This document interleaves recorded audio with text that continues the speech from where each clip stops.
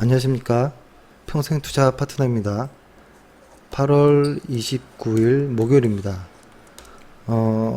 오늘은 좀 큰 뉴스가 있었잖아요. 그 대법원이 국정농단 그 사건 핵심 인물 박근혜 전 대통령, 이재용 삼성 부회장, 그다음에 최순실 씨 뭐 이렇게 2심 재판 전부 다시 하라는 어떤 판결이 나왔는데요. 그래서 뭐 일부에서는 뭐 이런 얘기도 많이 있는 것 같아요. 오늘 삼성전자, 뭐 삼성바이오로직스가 좀 하락을 했는데 아마 오늘의 어떤 이런 판결이 상당히 좀 큰 변동성을 만들 수도 있는 것 아니냐, 뭐 이런 이야기를 좀 하는 것 같은데요. 일부 동감합니다. 근데 그 어떤 추세를 변화시킬 그런 어떠한 그 한국 경기를 완전히 그 경기의 추세를 이렇게 만들 정도의 사건은 아니라고 보고요. 왜냐면 반도체, 특히 삼성전자가 오늘 보면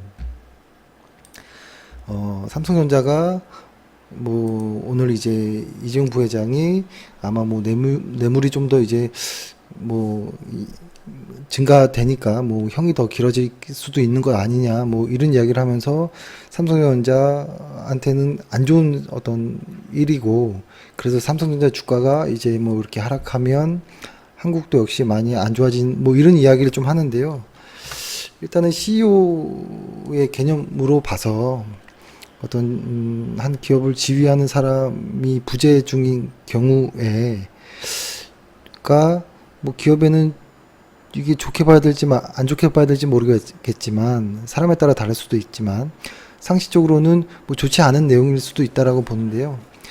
근데 이건 반도체 이 산업은 한 명의 기업의 CEO가 이렇게 어떤 추세를 만드는 건 아니라고 보고요.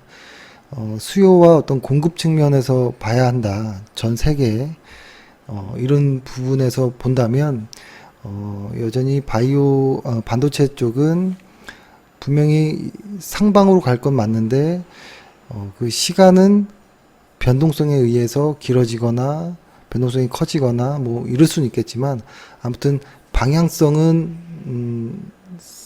뭐라고 할까요? 상승 쪽으로 보는 것이 어떨까라는 생각은 해봅니다.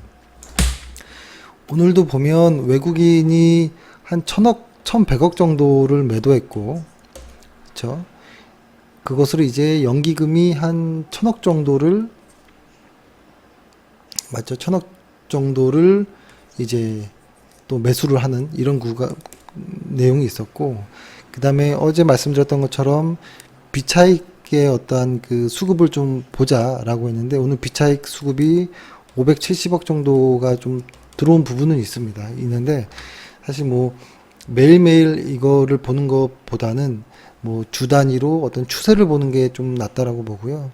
그래서 지금부터 이제 9월, 10월, 11월, 12월 이제 총 4달 남은 이 기간 동안에 외국인들의 수급을 좀 중요하게 이제는 봐야 될 때가 된 것 같다라는 일단 생각은 해봅니다. 그리고 이것이 이제 비차익 쪽에서의 수급이 어떻게 들어오는지, 그리고 환율이 안정이 될지에 대한 부분까지 좀 같이 보면 좋을 것 같고요. 오늘 저희 그 회원이 카페에다가 이제 저에게 개인적으로 리포트를 하나 이제 보내주셨는데요. 뭐 리포트 내용은 뭐 아주 심플한 뭐 이런 내용인데요. 이거를 이제 이런 내용인데, 뭐냐면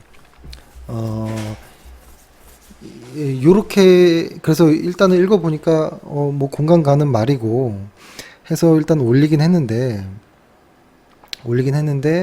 이거를 읽어보니까 좀 좀 조심해야 되는 부분도 있을 것 같아서 좀 이제 방송 버튼을 켰는데요.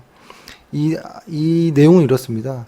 그 유럽에서 자체적으로 이제 배터리 투자를 한다고는 하는데, 이 리포트의 내용을 보면 하는데, 그럼에도 사실 앞으로 한 5년간은 한국 배터리에 의존할 가능성이 매우 높다. 뭐 이런 내용입니다. 근데 이제 뭐 매우 공감 가는 말이고 한데요. 지금 특히 이제 배터리 업종에는 조금 아닐 수도 있는데요. 이게 이제 좀 조심에 대한 부분이 좀 있을 것 같아요. 그러니까 그 회원이 질문하신 내용과 같이 좀 이제 좀 풀이를 해보면, 일단은 2차 전지 이 배터리 쪽도 그렇고, 사실 그 반도체 쪽도 그렇고, 저는 이것을 어떤 한 기업의 실적으로만 보고 추적하기에는 좀 위험할 수도 있다라는 생각을 합니다. 왜냐면 삼성전자가 요 언저리 때, 이 언저리 때도 그렇고, 요 초반에도 그랬고, 보면 실적은 말도 못하게 이제 좋았습니다. 실적 발표들이. 근데 향후의 실적은 좀 안 좋을 가능성, 뭐 이런 내용은 있었지만, 그러니까 요 언저리 때가 그랬는데요. 이게 애매해지는 부분이에요. 이게 뭐냐면, 특히 이렇게, 뭐라고 할까요? 뭐 수주 하는 쪽, 일단 요렇게 한번 해볼까요? 수요와 어떤 공급의 측면에서 저는 봐야 된다고 봐요. 수요와 공급의 측면. 저는 어떤 반도체 산업이 또 그렇고, 이게 전부라고 봐요. 수요와 공급의 측면. 그러니까 이런 것이죠. 이쪽 업종 같은 경우에는, 그러니까 수요를 보고 공급을 조절할 것인지, 일단 공급을 미리 할지, 뭐 이런 부분이 이제 상당히 중요한 부분으로 보이는데, 이런 겁니다. 만약에, 일단은 이 매출을 구성하는 것이 어떤 가격과 어떤 양에 대한 어떤 이 두 개에 곱한 것이 매출이라고 하면, 이 Q에 해당하는 부분은 거의 이 캐펙스는 보통, 고정되어 있는 것들이 많아요. 보통, 미리 먼저 이제 계획을 해놓은 상태이기 때문에 거의, 결정되어 있는 것이 많거든요. 거의 가격이 거의 캐펙스가 거의 결정된 상황들이 많아요. 그리고 마진이 나오는 구간이라면 그 양을 줄이지 않아요. 계속 공장을 가동하는 이런 구간인데, 이것이 상당히 많이 움직일 수 있는 거거든요. 이 구간이. 그러니까 뭐라고 할까요? 그러니까 제가 설명을 잘 못하는데, 이런 것이죠. 어떤, 분명히 공급이 이렇게 일어나고 있을 때, 수요가 이만큼 늘어나면, 이만큼의 어떤 그, 괴리가 있잖아요. 이거를 만약에 한 100이라고 한다면, 이렇게 쭉 이렇게 갈 때가 아주 좋은, 행복한 구간이죠. 요 언저리가 이제 그랬으니까요. 근데 이것이 같이 가긴 하는데 이렇게 좀 조여들 때가 있어요. 수요와 공급의 어떤 그 괴리가 좀 줄어들 때, 한 30까지 줄었다라고 해볼게요. 잠시만요.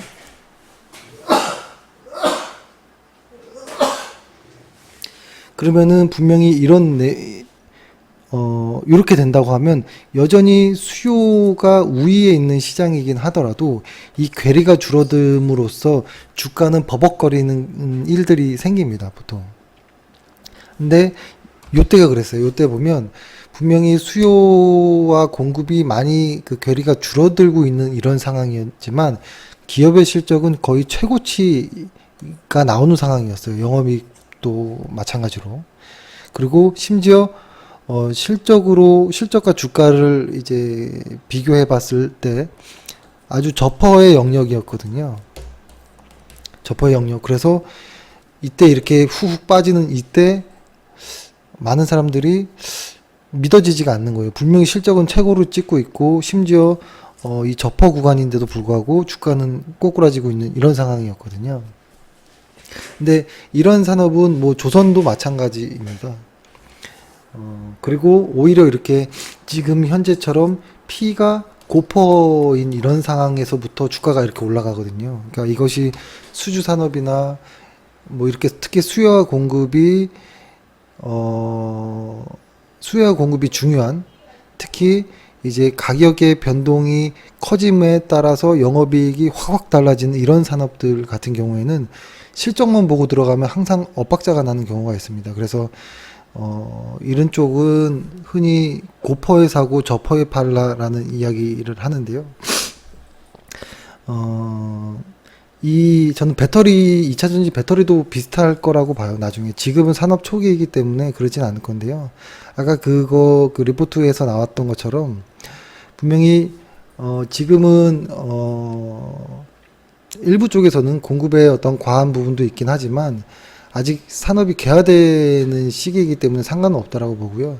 나중에 시장이 쫙 퍼져서 전기차들이 대중화되고, 메이저 회사들이 내년부터는 차들이 다 나오잖아요. 그렇게 해서 몇 년 정도 지나면 아마 뭐라고 할까요? 수요와 공급의 그 괴리가 많이 좁혀질 수 있다라고 봅니다. 근데 그 당시 때 기업의 실적들은 거의 최고를 찍을 가능성이 높거든요. 근데 거기서부터 또 꼬이기 시작하는 겁니다. 분명히 주가는 올라가는데 실적은 더 빨리 올라감으로써 고퍼가 아니라 저퍼로 가는 상황이지만 수요와 공급이 줄어들므로써 그 가격 변동성에 노출이 되기 때문에 이제 주가는 정점을 찍을 가능성들 뭐 이런 것들이 놓일 가능성이 높거든요. 근데 이것들이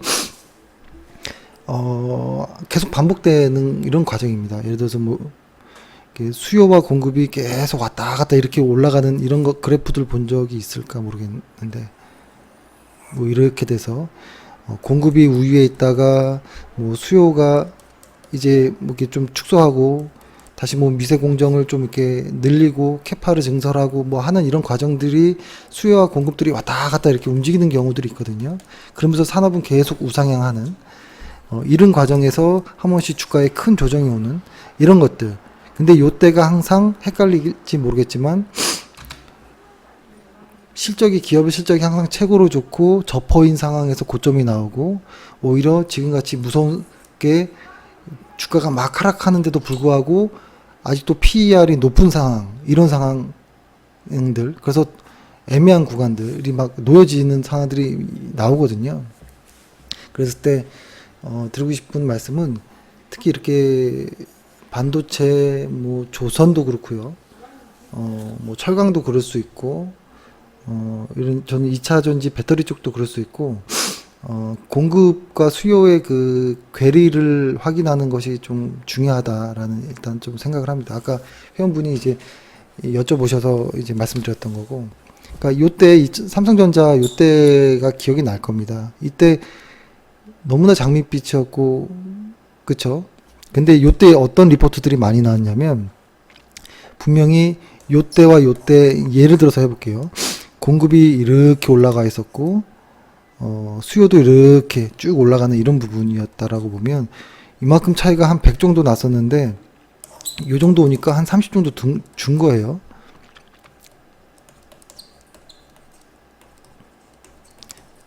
근데 이때는 뭐 사실 뭐 시장이 너무 좋아지니까 그런 말 할 게 없지만, 요 당시 때에서 분명히,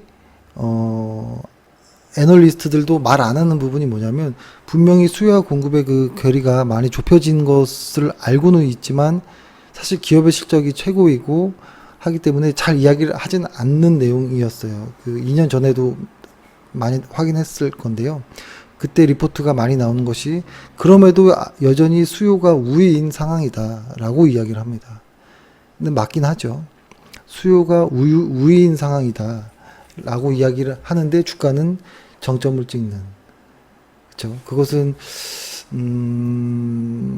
수요와 공급의 어떤 그 괴리 거기에서 흔히 말하는 매출의 가장 중요한 P와 Q에서 Q는 고정되어 있는 값이고 거의 고정되어 있고 이 P의 변동이 너무 커지는 이런 상황들에서 주가가 흔들리는 이런 경우들.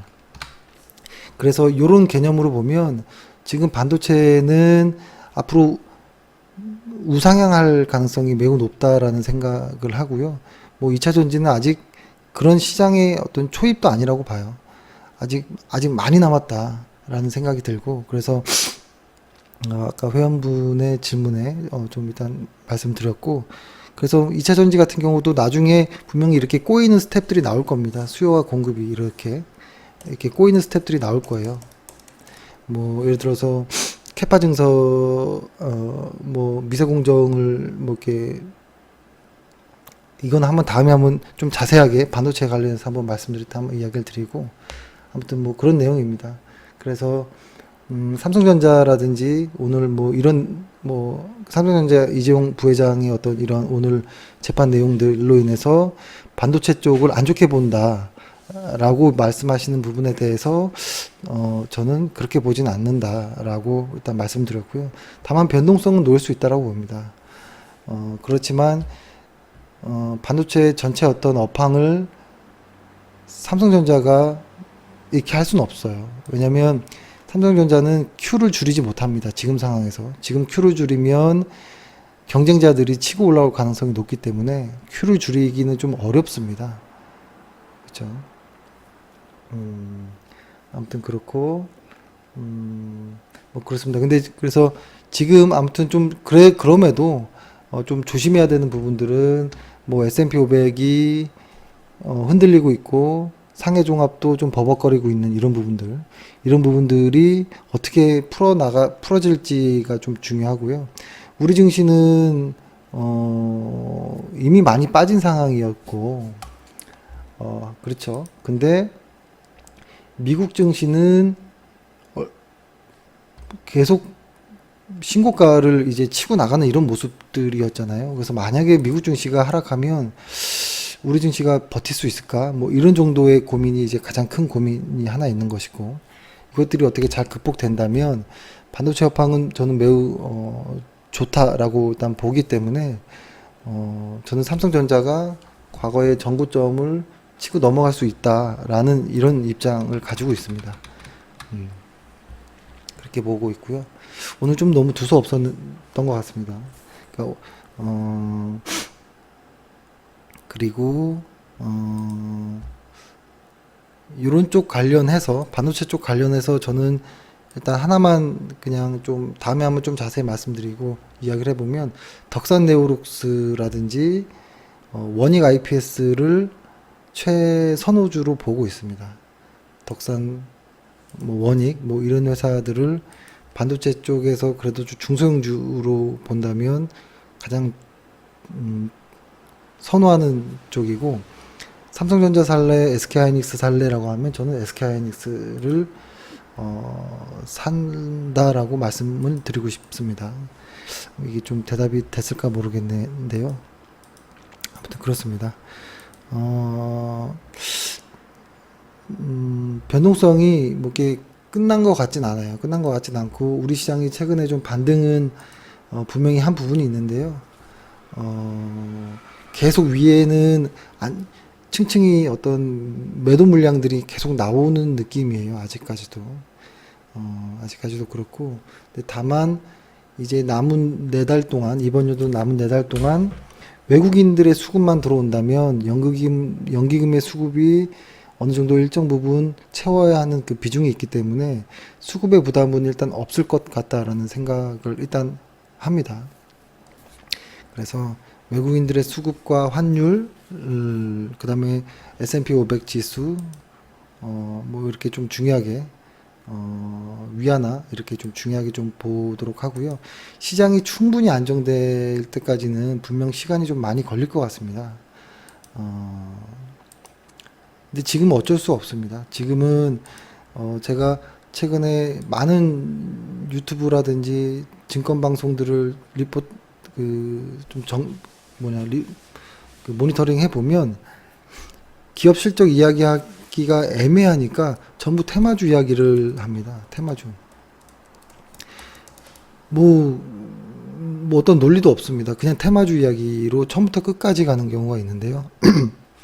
저는 좀 위험하다고 봐요. 테마주들.